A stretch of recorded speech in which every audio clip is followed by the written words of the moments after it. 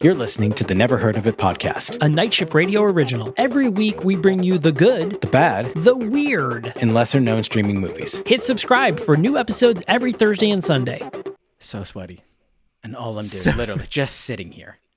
Just sitting. I mean, you know, you got the lights and the heat of the monitors and the cameras and the... I don't, like, do you experience this? Like, when you wear, like, on-ear or over-ear headphones, like, do you feel like it's just trapping heat on your head and, like, you get overheated? 100%. The number of times I've finished a recording session and felt like I had a fever because, like, it just trapped all my heat. Or, like, halfway through a work day, I'm like, I have to take these headphones off. I've left meetings early or like declined meetings because I'm like, I can't wear these any longer. My face is flushed red. I'm not wearing my glasses because they were fogging up. Like, what the fuck, man? But it's all like I have to not have the air conditioning running because that's just like right there, pointed straight at the microphone. So I was like,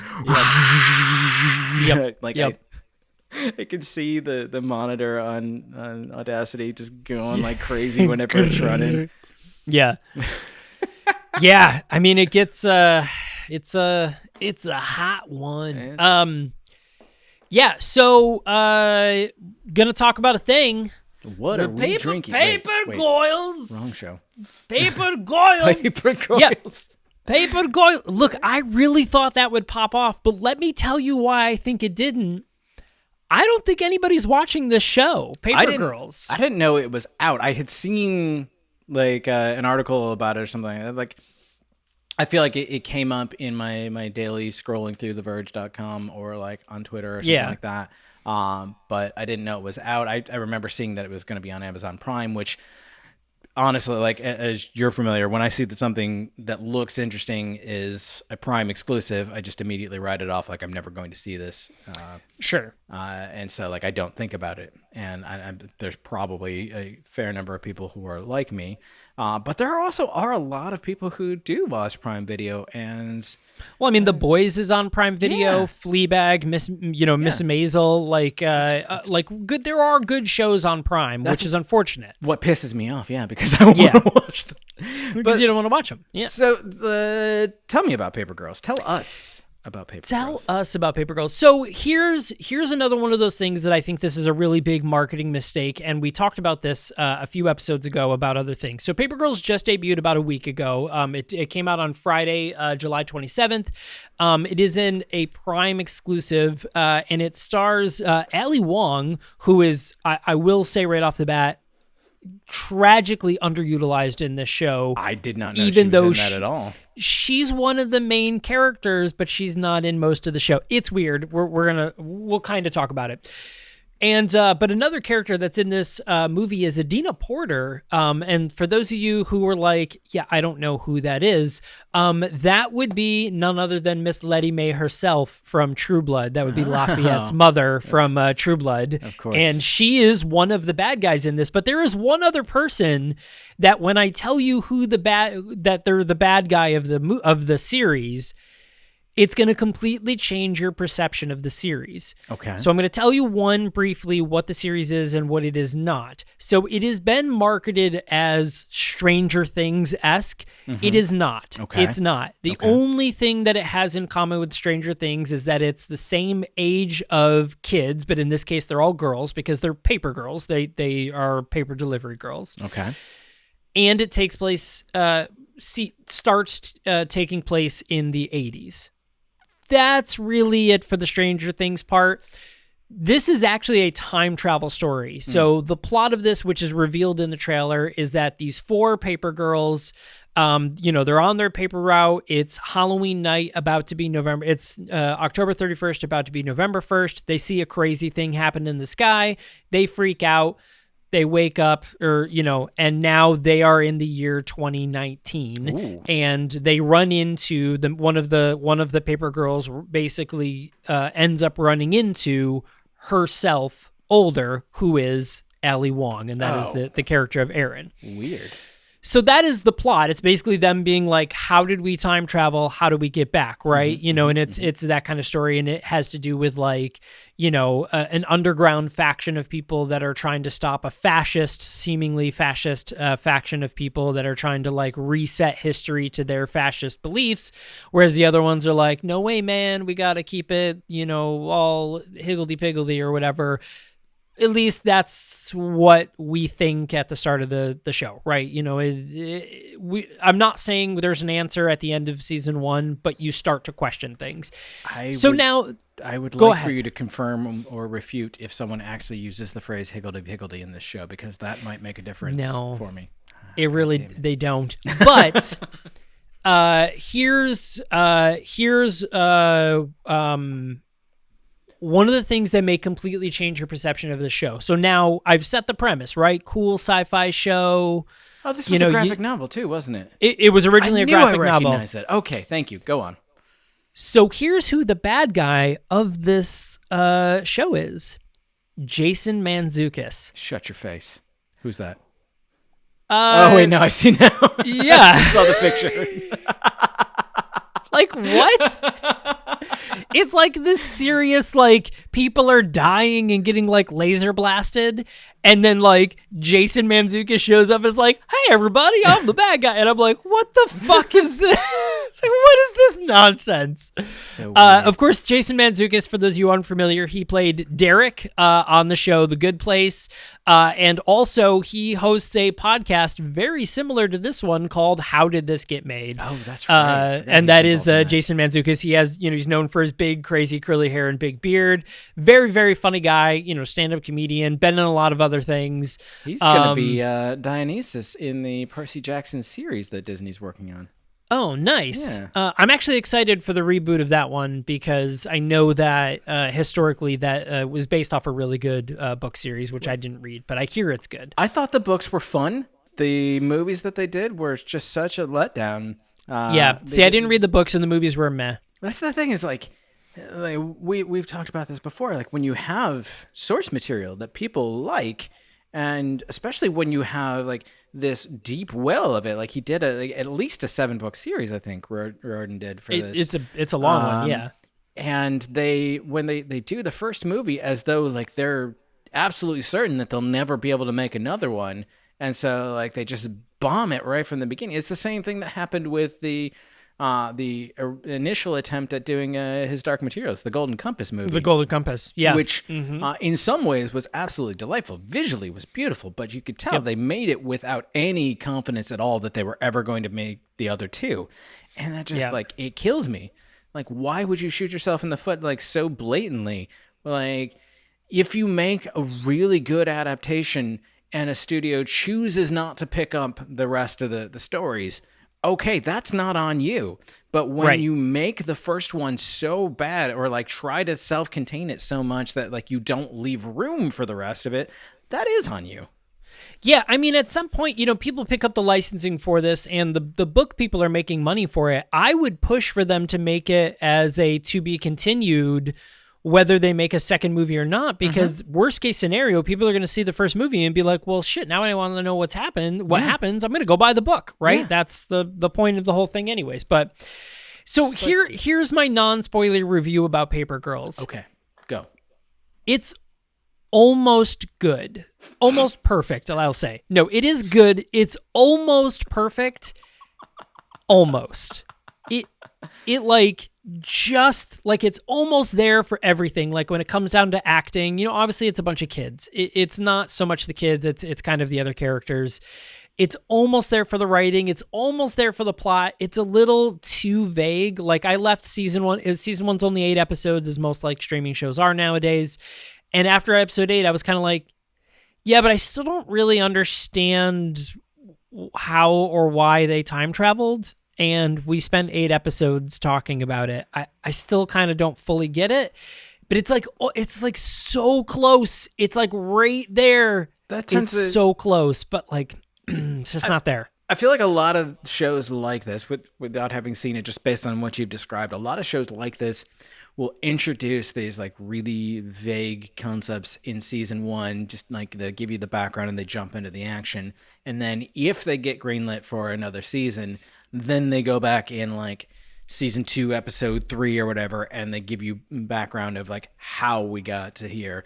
And I would hope, for the sake of like what you're describing from this show, that that's something that they would do in a second season. Is like give but how did we get here? Oh, this is what happened. Like maybe it's a weird flashback, and we see someone casting a dark magic spell, or we see someone turning on a machine that rips a hole in space time, or something like that. Like I feel like that. Like even Stranger Things did stuff like that. They like continued to add depth as they added, like as they widened out the scope of the story, they gave us more depth.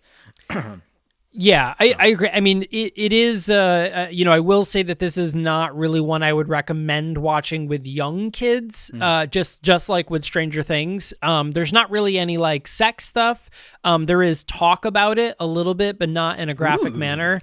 Right. But not in a graphic manner, but there is a lot of F-bombs. Sure. It's very clear that they were like, look, we're edgy. We're making our 15, 16-year-old kids say the F word a lot. And Paper Girls is doing okay. I mean, it's 87% critic score on Rotten Tomatoes with an 82% audience score. Like I said, it was enjoyable. I did enjoy it. I just think they're just missing stuff. I think one, they need to stop comparing it to Stranger Things. Yeah. I think two, they really should lean into the fact that it used to be a graphic novel. And three, I think they need better writers. Because I feel like this is kind of my complaint about something I had recently about something else, is that it felt like it was originally written for the CW, and then when Prime picked it up, they were like, okay, just start saying fuck every other sentence because now we can. And it was kind of like, yeah, but it doesn't feel right. Like, look, I know that because these kids are supposed to be like 13, like 13, 14. And I was like, look, man, I know at 13, 14, I was swearing a lot, but like, it feels really awkward. Like it just feels like, is anybody going to tell these kids to stop fucking swearing? Like anybody? It was really weird, but you can tell when it's kind of forced. It felt very forced, yeah. And I mean, look, it's got I love the really cool plot, although there is a plot hole. So one of the main characters is Jewish, and her parents are like, first off, I was like, well, this is what we're doing, but like her dad owns a bank, and I was like, Jesus Christ, is he a goblin too, J.K. Rowling? Jesus. But like, they own a bank, but they throw this big fancy party, but they have this huge spread of shrimp. I'm sorry, shrimp are not kosher. Nope. No, that's no scales and no fins, not kosher, my friend. So I was like, plot hole. Even if you were somehow like deciding that you were going to offer this for your non-kosher guests, like there would still be like strict separation of that. Like, yep, it was integrated. It was the main platter of this whole thing, and I was like, no, nope. That is wrong. Yep, someone fucked up. Someone done goofed. So that's Paper Girls streaming on Prime. I enjoyed it. It was an easy watch. All episodes are about 40, 50 minutes long. I ripped through it in about a night and a half.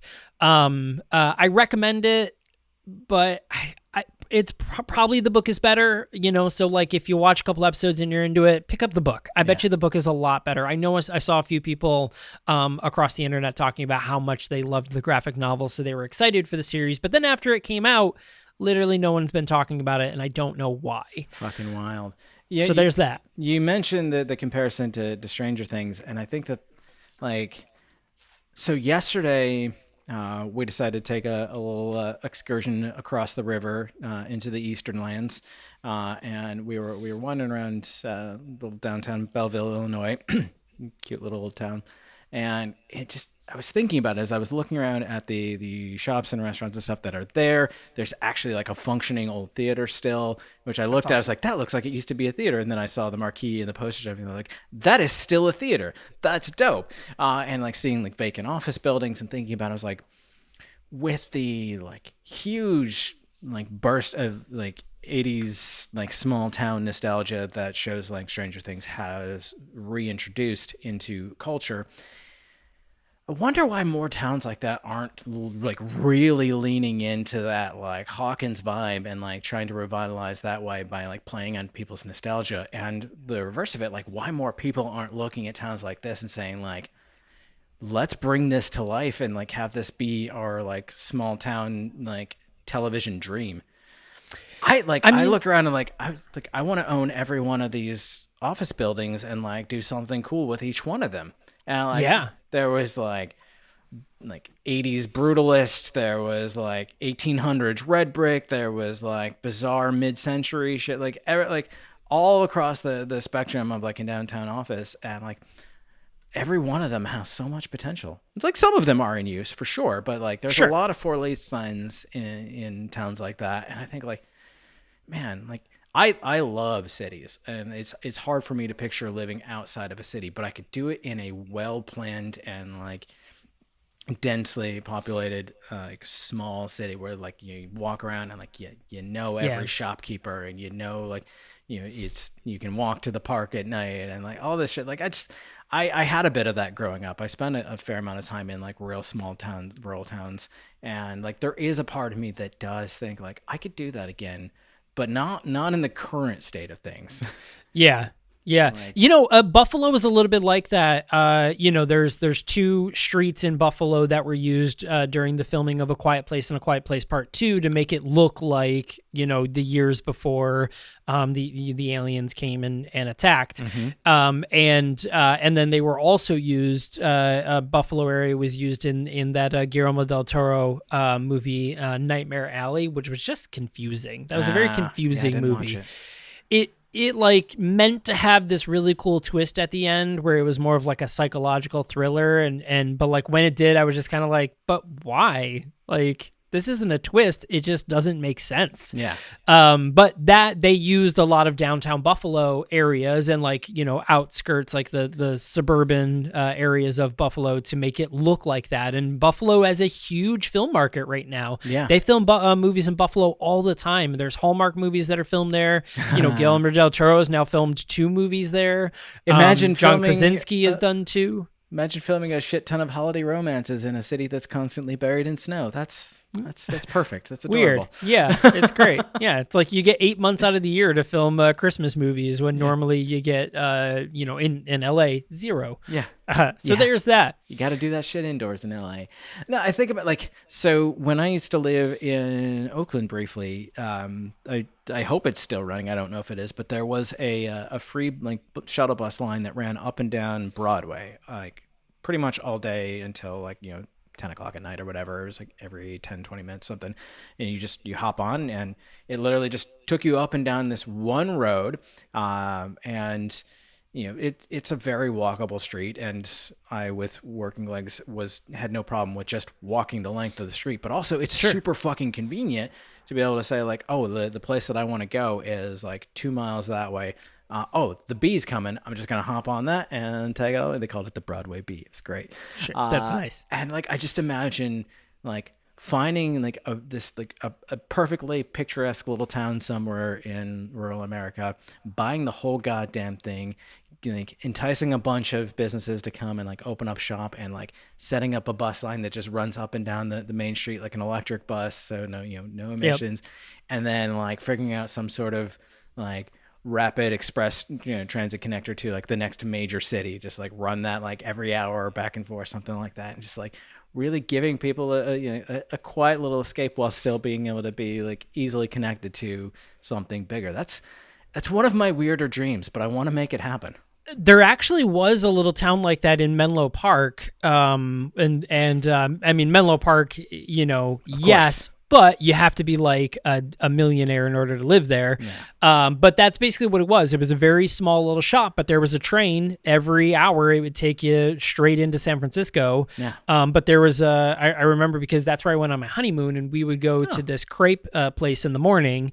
We would have crepes, hop on the train, zip over to San Francisco, wander around for the day, grab the train, head back, and then there was a nice little like dessert shop right off. Also, not at the same place, but a different place that we would grab a slice of pie or something, and then head home, and it was great. And we did that for like 2 weeks straight. Best vacation I think I've ever had. It was awesome. That sounds great. Or even like find one of those rundown towns that used to be a popular stop along the Amtrak, which like you see those sometimes if you take an Amtrak train and you pay enough attention. You mean Syracuse? As you roll through, exactly.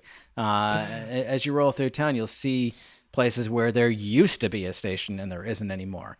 Like bring that place back to life. Like work with Amtrak to like get that station back up and running and like be able to ferry people in and out. Like things like that. Like there's a lot that we could do to like, people are like, I don't like cities. Okay, great. Like let's get you in a small town then, but let's get you all the like amenities of a city. Like, right. There's a reason that people congregate together.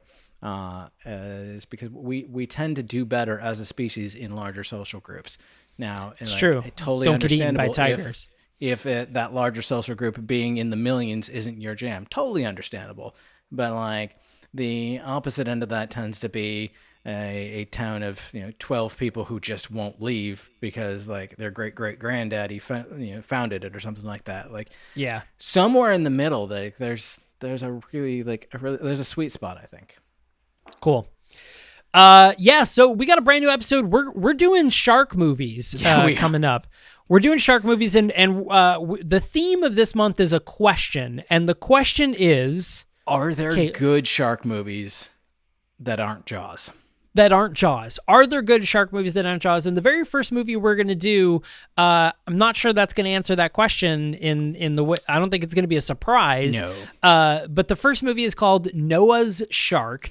Which is currently streaming on Prime Video and Tubi TV. So if you're the type of person that watches movies before we review them, that's where you can find it. Prime Video and for free over on TubiTV.com. So definitely check that out and watch it if that's your thing. But other than that, there it is. We got a whole month of shark movies coming your way. And so thanks a lot for watching. For those of you on YouTube, don't forget to subscribe and hit that notification bell. We post brand new episodes every Thursday. There it is. Caleb's pointing right at it. And for those of you listening on your podcast player of choice, hey, thank you for subscribing. And if you could, leave a rating and review. That would be super helpful. And if not, as always, there's no button for that. Well, visually, they can't see the audio. But of course, for both of you, as always, make sure to share with 100,000 of your closest friends. It's all we ask. I don't think it's too much. I really don't. It's just, it's a little thing. So thanks a lot for listening and watching, everyone, and we will see you on Sunday. Woo!